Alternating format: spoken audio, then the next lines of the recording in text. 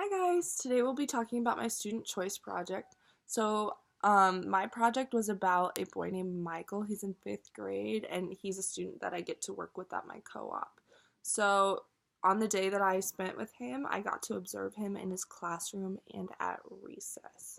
So, some of the things that I saw inside of his classroom are that he has a difficult time staying up with the class, and he often gets behind. A lot of this is due to that he has ADHD and he can't focus long enough during a lesson because he doesn't find it engaging, and so then he gets behind. And so getting him to complete his schoolwork is really a challenge for the teacher, and to make sure that he is actively engaged is really hard too. So a lot of the times during a lesson, you'll see Michael like fiddling with pens or reading a book. Just anything that he wants to do is what he does instead of what everyone else is expected to do.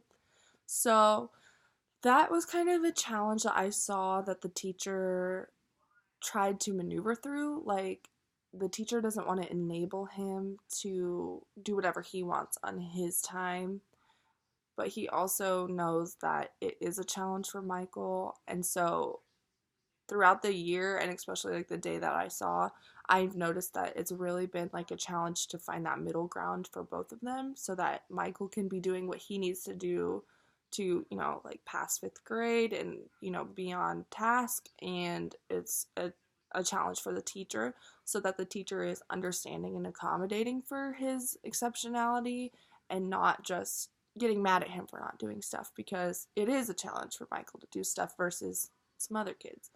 And a lot of times when Michael does get behind, he becomes upset and he cries, and it's kind of like those like emotional behaviors.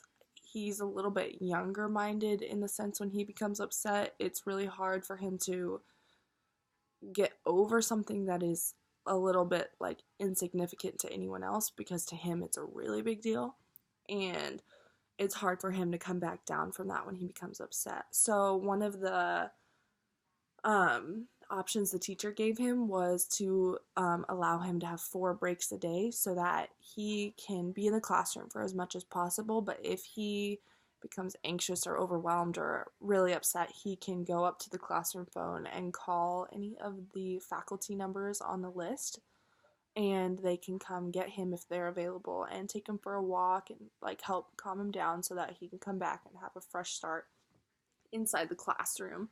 So when I was there, he used 2 breaks, which is really good for him because in the beginning it was usually 4. So he's gotten used to that routine, and that's really good for him. And the other thing that I noticed when I was with him is that he loves pens. Like, that is his favorite thing in the world. He loves them so much, and he loves superheroes. And if you get him talking about it, he will never stop talking about it. So it's kind of cool to see that he does have passions about things, even if it's not maybe what we want him to at the time. But I think it is cool to see that he does light up about stuff. And outside of the classroom, he really thrives a lot better because at recess, he's allowed to run around and do whatever he wants and play with whoever he wants and run around to his heart's content. And I think that kind of environment is best for him because he doesn't feel confined, so that anxiety that comes with that, the pressure isn't there for him. And I think that's really good for him, and it's better to see his intellectual ability when he is doing things on his own terms.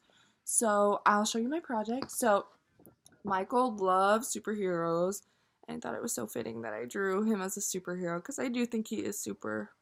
And so I drew him as like a Superman, but I put an M for Michael. And it's kind of simple, but Michael's a little simple boy, and he has a lot of simple, fun things that he likes to do, but he has a great personality and he has so much to offer. It's just finding the way for him to show it is the challenge that I think a lot of people are trying to find. So, one thing that I learned from this project is that I do want to make sure that I accommodate my students who have these exceptionalities and play on their abilities versus what I expect from every other student, because every student has different abilities, and if you expect the same for all your students, you're going to miss out on a lot of great things that your students can do. So that's just one thing that I want to implement in my classroom, and I want to make sure that I don't sweat the small stuff. A lot of Michael's accommodations are small things that would be super easy to fix in your classroom so that he is more comfortable and apt to do what I, as a teacher, would want him to do.